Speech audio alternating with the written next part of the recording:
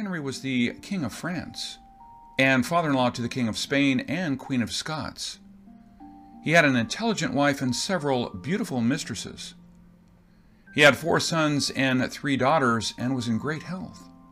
Life could not be better.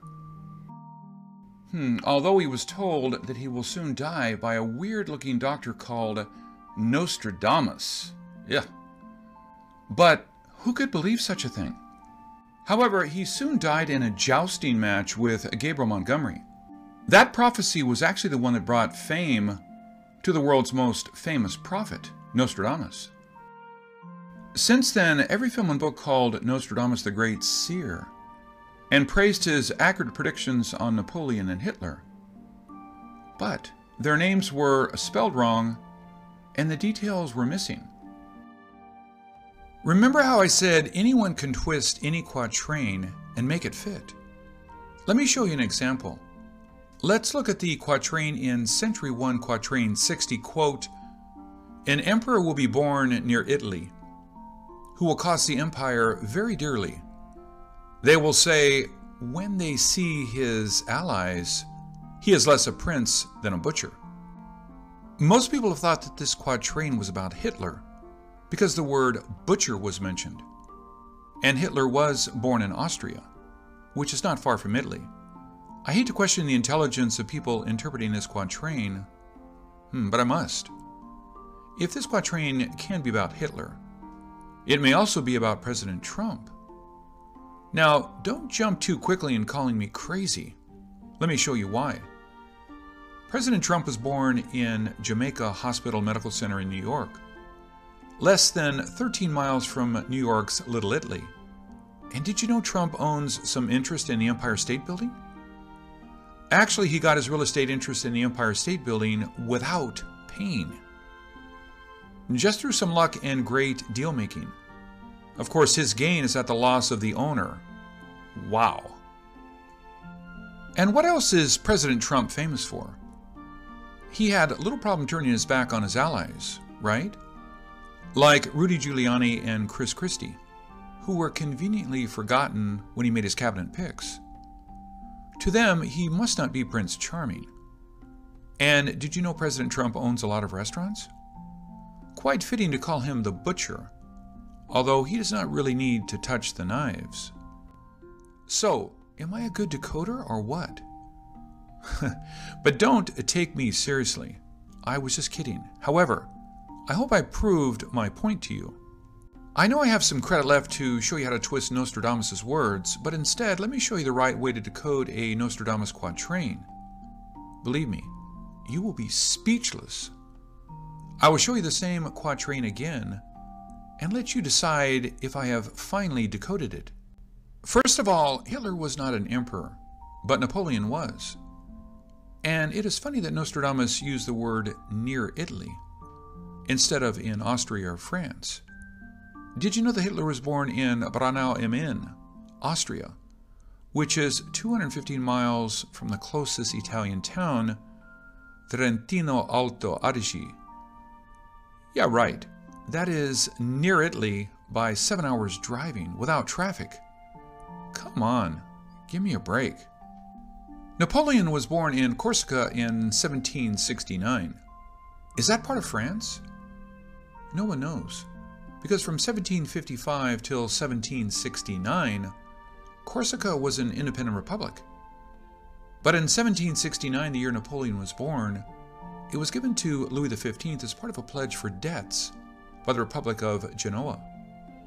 That happened right when Napoleon was born. Even I had a hard time knowing if he was born as a Corsican or a French citizen. No wonder Nostradamus had to say he was born near Italy. A ferry ride from Corsica to Italy will take 2.5 hours. But a ferry to the closest French port of Livorno will take 4 hours. So, is there a better way to describe where Napoleon was born? Absolutely not. The next line talked about how the emperor cost the empire dearly. Did you know how many people died in the Napoleon War? According to David Gates, 916,000 French men died during the Napoleonic Wars. That was 38% of the entire male population. Maybe that is why Frenchmen are known to be great lovers. Not only was there great demand for them, they had to take care of more than one lady at a time. Ooh la la! Napoleon's war cost his allies dearly also. Who were his allies? Italy, Duchy of Warsaw, Polish legions, Holland, Etruria, Lucca Piombino, Naples, and Switzerland, Confederation of the Rhine and Bonapartist Spain. Some countries you may never have heard of, because not only did they suffer great casualties, some were wiped off from the maps after the wars. So, more than obvious, this quatrain is about Napoleon rather than Hitler. Wait, I have more to show you. Remember I said we need to look for clusters of quatrains. Let's look at the quatrain before this one. Quatrain 159, quote, "The exiles deported to the islands, at the advent of an even more cruel king, will be murdered, two will be burnt, who were not sparing in their speech." After losing the Napoleon War, Napoleon was deported to Elba under the Treaty of Fontainebleau in 1814. He was made emperor of this tiny island in the Mediterranean with 12,000 inhabitants, located 12 miles off the Tuscan coast. Napoleon was devastated when he learned his wife had died, and he was about to be banished to a remote island in the Atlantic Ocean. He escaped in 1815 with only 700 men, but built it up to 200,000 troops in just 100 days. However, he lost in the Battle of Waterloo and was sent to the island of St. Helena, located 1,162 miles from the west coast of Africa. He died in 1821, generally believed to have been poisoned with arsenic. When his body was moved to France in 1840, it was perfectly preserved, a sign of arsenic poisoning. Now look at Nostradamus' choice of words. He did not say island, he said islands, as if he witnessed his deportation to Elba and then St. Helena. Actually, he did not attempt to escape back to France till his allowance was cut off, and a plan in sending him away was in the making. Who was the even more cruel king that killed him? Did you know King George IV became King of England in January 1820, just in time to plot Napoleon's death? Napoleon died in 1821, just enough time for the poison to work? Can you believe this? The key to solving Napoleon's death has been in the Book of Prophecy 100 years before he was even born. Now, we have two quatrains that are about Napoleon. Can we find more clustered together? Yes. Let's look at quatrain 161, quote, "The wretched, unfortunate republic will again be ruined by a new authority. The great amount of ill will accumulated in exile will make Swiss break their important agreement." After the fall of Napoleon, France was under the Bourbon Restoration from 1814 till 1830, followed by July monarchy from 1830 till 1848, after the deposit of King Charles X.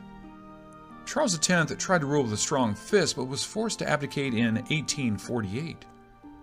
Napoleon's nephew, Louis Napoleon Bonaparte, was then elected president of the Second Republic by a landslide, and 4 years later became the first emperor of the Second Empire. So the word again and new authority were just the perfect words to use. Believe it or not, the History Channel called this quatrain being about the 2016 US presidential election. Can you believe that? The last part of the quatrain talked about Swiss breaking an important agreement.